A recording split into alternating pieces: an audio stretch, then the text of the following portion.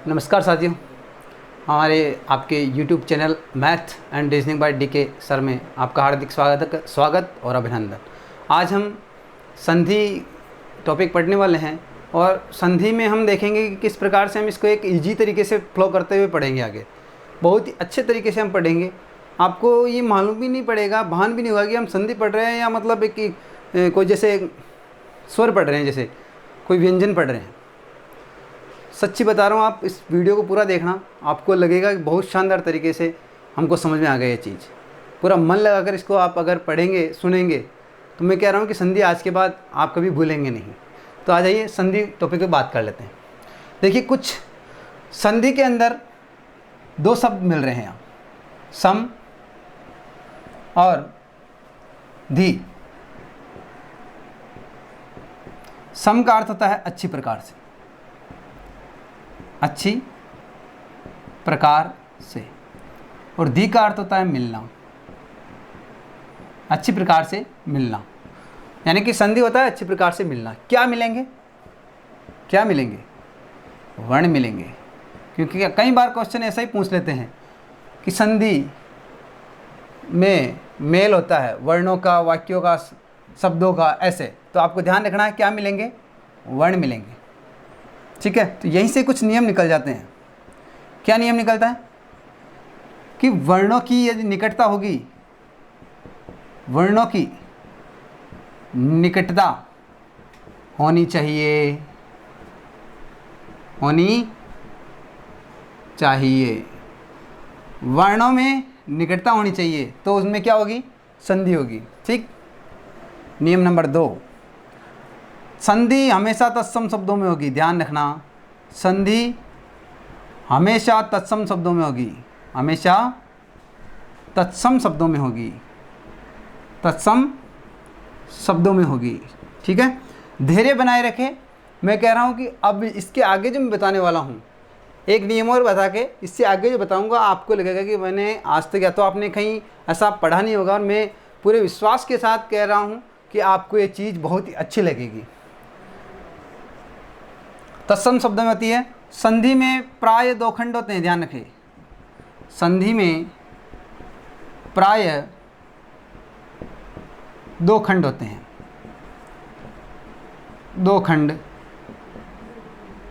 होते हैं।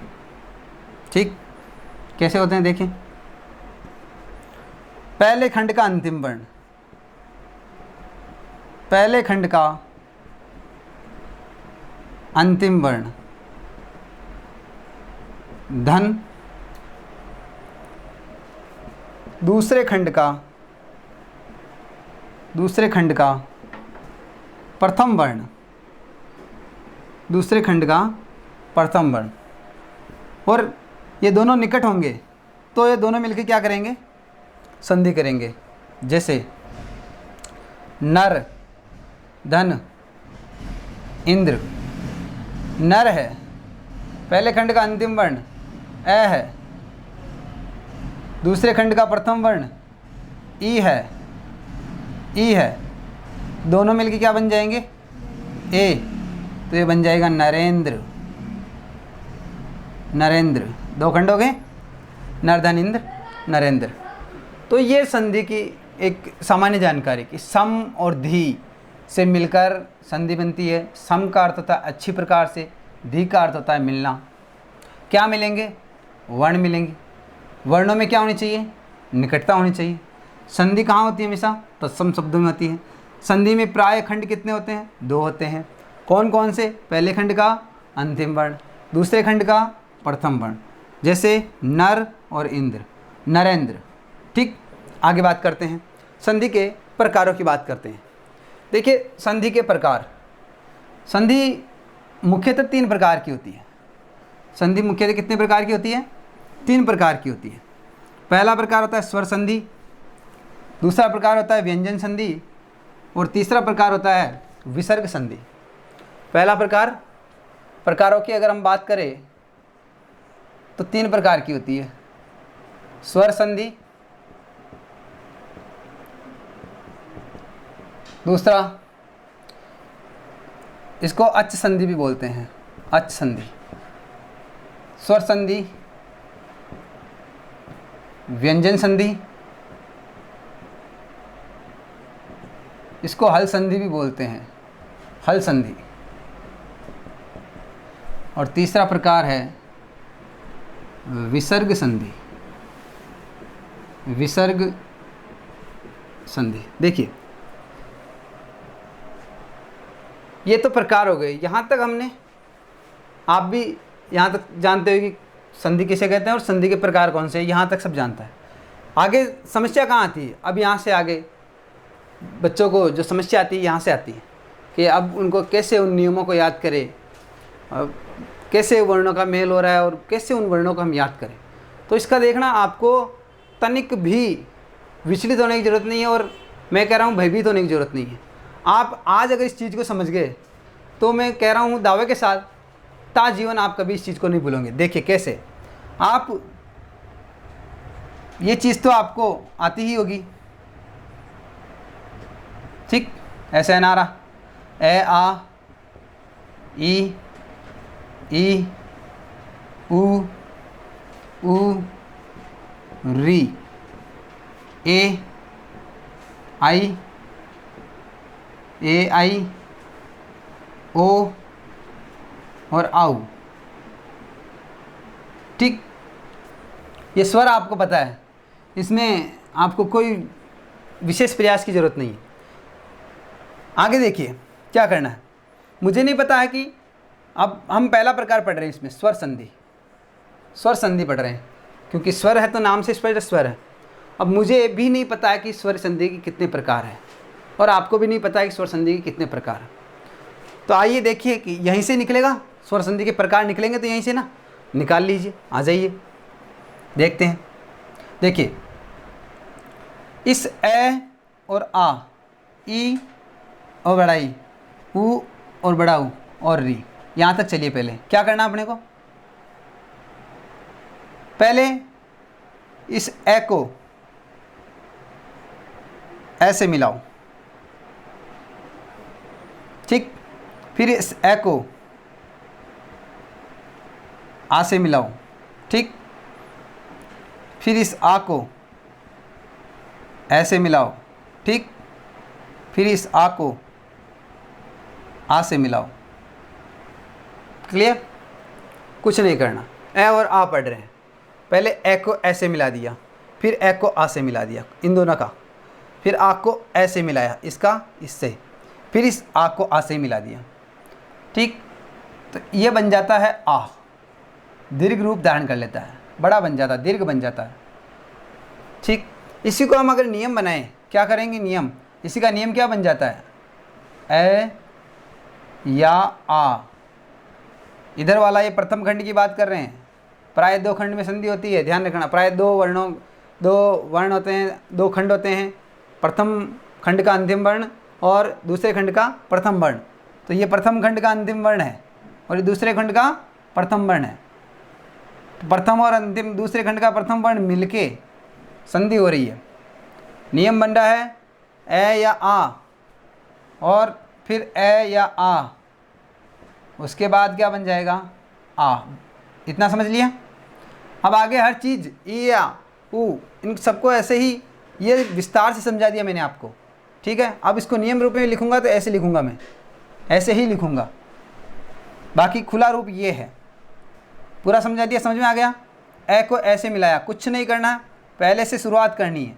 इस ए को ऐसे ही मिलाना है, आ बनेगा। फिर इस ए को आ से मिलाना है, आ बनेगा। फिर इस आ को ऐसे मिलाना है, आ बनेगा। फिर इस आ को आ से ही मिलाना है, आ बनेगा। फिर इस आ को ऐसे मिलाना है तो आ बनेगा। ये चार प्रकार बन जाते हैं। इसीलिए ए, इसको हमने संक्षेप में क्या लिख दिया, ए या आ के बाद दूसरे खंड में ए या आ आए तो किस में बदल जाएगा, आ में। समझ में आ गया? आ जाइए, इसको हटा देता हूँ मैं। कमेंट जरूर गए, समझ में आ गया हो, अच्छा लगा हो, कमेंट करके ज़रूर हमें बताएं। देखिए तो हमने क्या किया, यहाँ तक मैं क्या लिख रहा हूँ, एक लाइन लिख रहा हूँ, आपस में मिलाओ, आपस में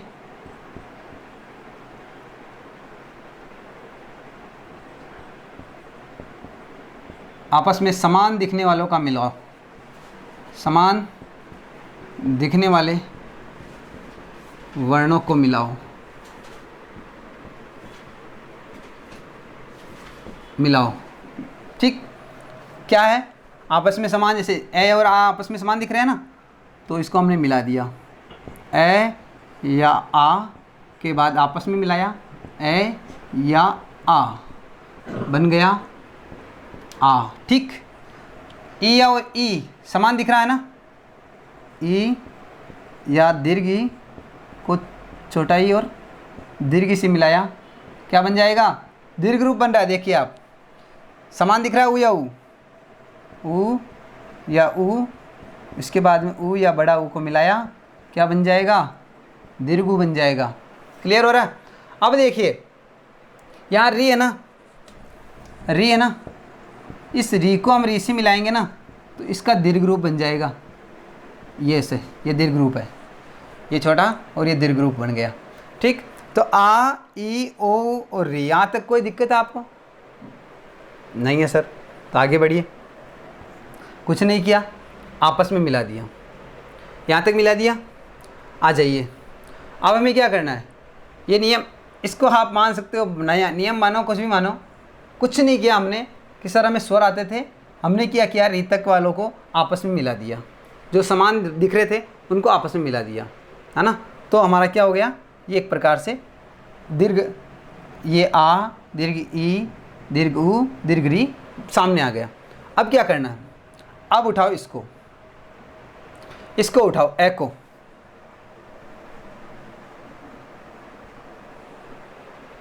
ठीक है। इस ए को उठाने के बाद अब देखिए, इसको मैं आ ई, यहां से नाम से स्पष्ट हो रहा है दीर्घ, क्या हो रहा है, दीर्घ स्वर, ठीक है, दीर्घ स्वर, इनको ही हम बोलते हैं दीर्घ स्वर। और जब इनमें संधि होगी तो इसी को हम बोलते हैं दीर्घ स्वर संधि।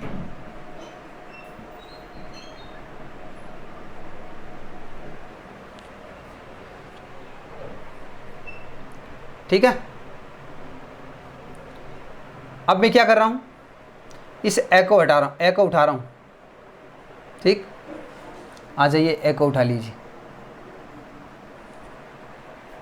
इस ए को, क्योंकि यहां तक तो हम आपस में मिला रहे थे, आपस में मिला रहे थे ना, अब इनको हम आपस की जगह दूसरे ग्रुप से मिलाएंगे। कैसे मिलाएंगे, इस ए को मिलाया हमने ई या ई से मिलाया, ठीक है, ये बन जाएगा ए, क्या बन जाएगा, ए, ठीक है ना। अब इस ई को में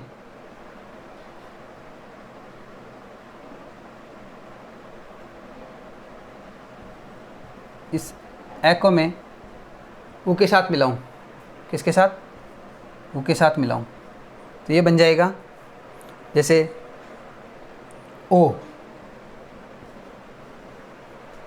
क्या बन जाएगा, ओ, है ना। जैसे नर धन उत्तम, नरोत्तम, है ना। जैसे राजधन इंद्र, राजेंद्र, है ना। इसी प्रकार से इस ए को मैं री के साथ मिलाऊं, ये बन जाएगा अर, क्या बन जाएगा, अर। कुछ नहीं कर रहा हूँ, क्या किया मैंने, पहले आपस में समान वालों को मिला दिया, ठीक है, मिला दिया सर, आ को मिला दिया, आ बन गया, ई को मिला दिया, दीर्घ बन गया, ऊ को मिलाया, दीर्घ बन गया, री को मिलाया, री बन गया, दीर्घ। क्लियर, चलिए आ जाइए। अब इस ए को ई से मिलाया, इस ए को मैंने आगे बढ़ गया, मैं यहाँ से ए को ई से मिलाया, क्या प्राप्त हुआ, ये वाला ए प्राप्त हो गया, ठीक। और इसके बाद देखिए, इस ए को मैंने ऊ से मिलाया, क्या प्राप्त हो गया, ओ प्राप्त हो गया। इस ए को मैंने री से मिलाया, क्या क्या प्राप्त हो गया, अर प्राप्त हो गया, ठीक है ना। एक सेकेंड,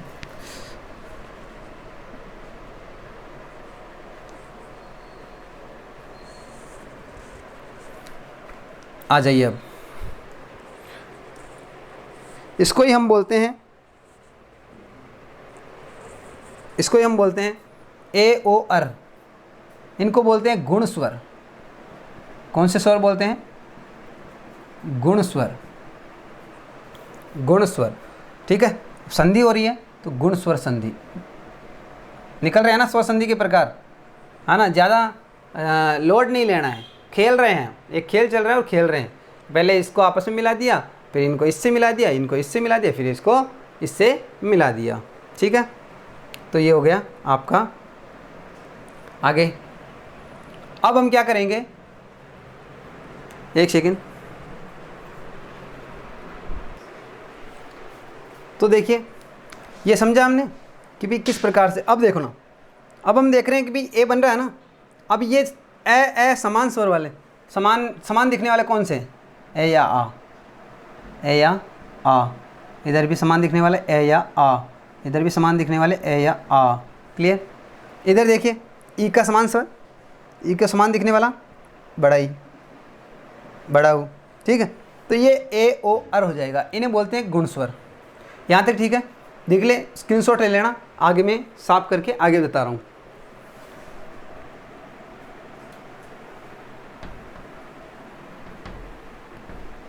अब देखिए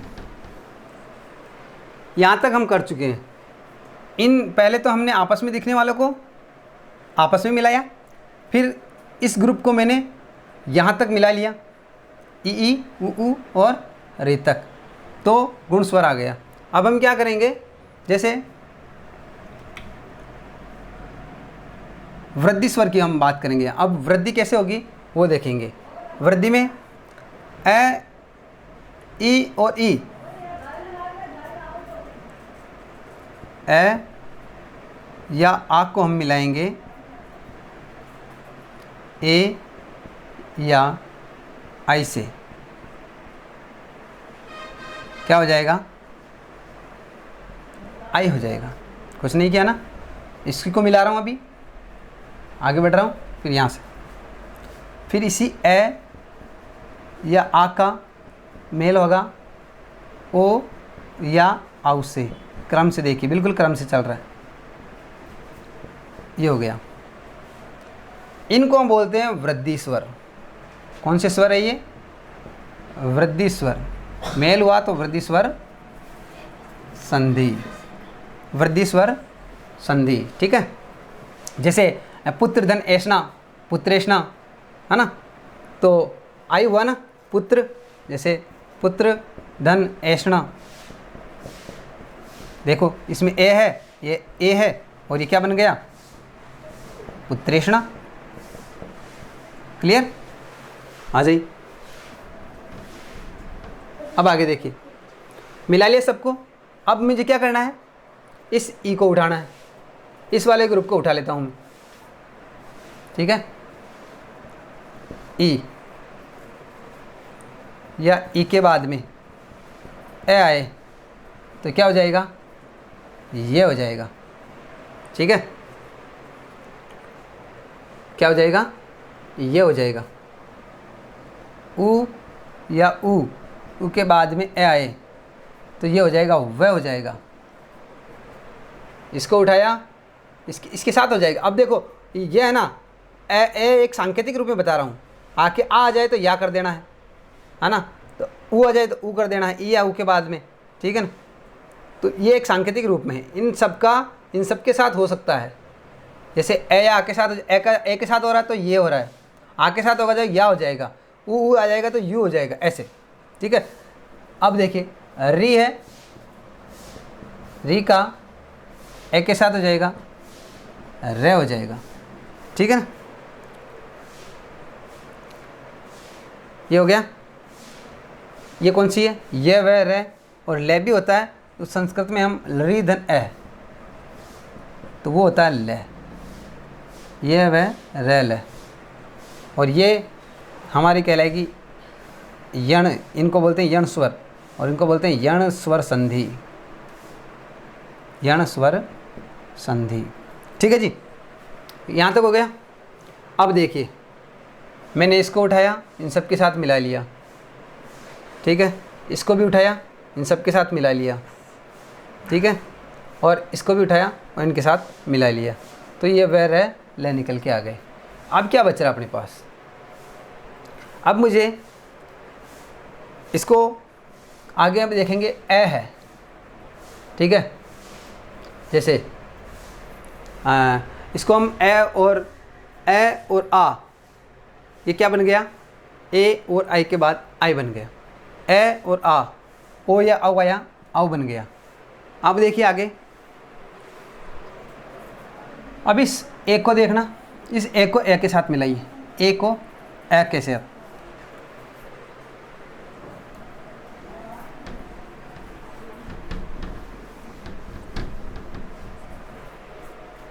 देखिए मैंने ए को ए के साथ, अब ये ए के साथ का मतलब आ भी आ सकता है, ई भी आ सकता है ना, उस आधार पे मात्राएं बदलती रहेगी।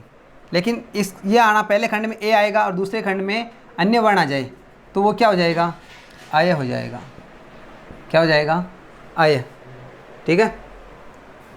और फिर आई है, आई के बाद में ए या आय, सांकेतिक रूप से मैं समझा रहा हूँ, अन्य वर्ण कोई भी आ सकता है लेकिन हम ए के हिसाब से ही समझेंगे। तो ए के बाद, आई के बाद में ए आए, आय हो जाएगा। आगे क्या आ रहा है, ओ आ रहा है, ओ के बाद में ए आए तो औ हो जाएगा।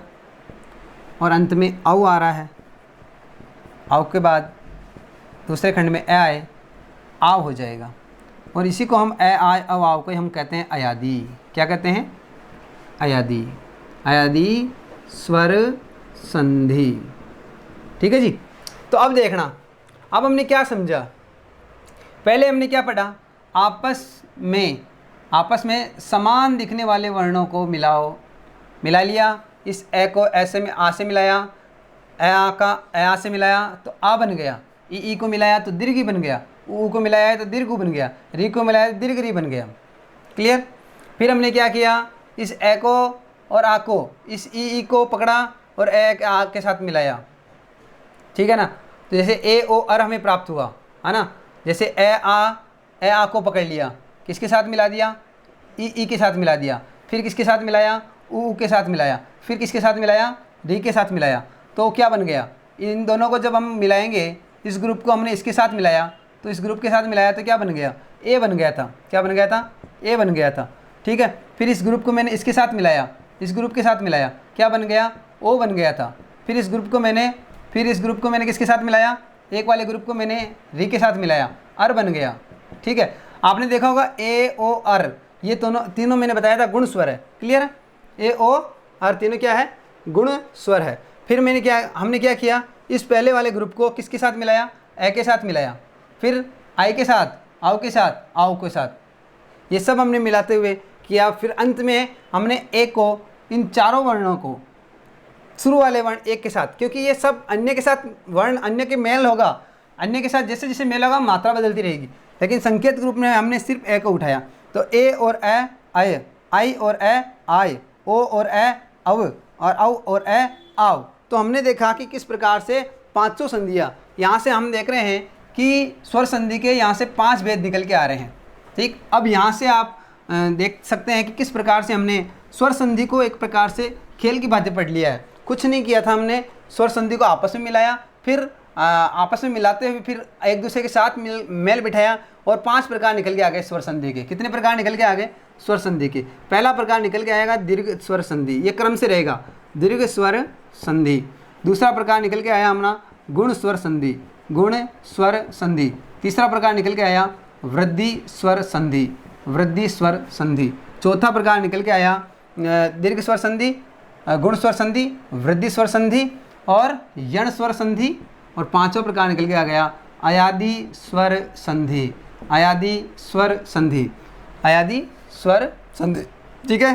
तो ये अब आज हम पढ़ेंगे दीर्घ स्वर संधि, दीर्घ स्वर संधि। तो मैंने बता दिया। अब देखो, हम अभी तक पूरा सबको एक साथ पढ़े थे, अब सबको अलग अलग पढ़ेंगे, है ना। अब तक भी आपको समझ में नहीं आया तो अब भी समझ सकते हैं, कुछ नहीं करना है।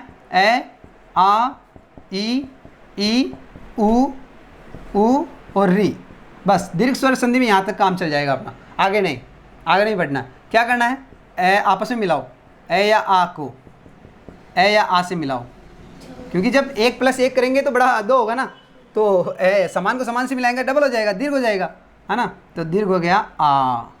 ठीक। ये नियम बनता जा रहा है। अब ई या दीर्घ ई को छोटा ई या बड़ा ई से मिलाया, दीर्घ ई बन गया। ऊ या ऊ को ऊ या ऊ से मिलाया, दीर्घ ऊ बन गया। और री को री से मिलाया, दीर्घ री बन गया, दीर्घ री बन गया। ठीक है, अब देखिए इसके कुछ हम उदाहरण देखते हैं। कैसे उदाहरण को हम देखेंगे, जैसे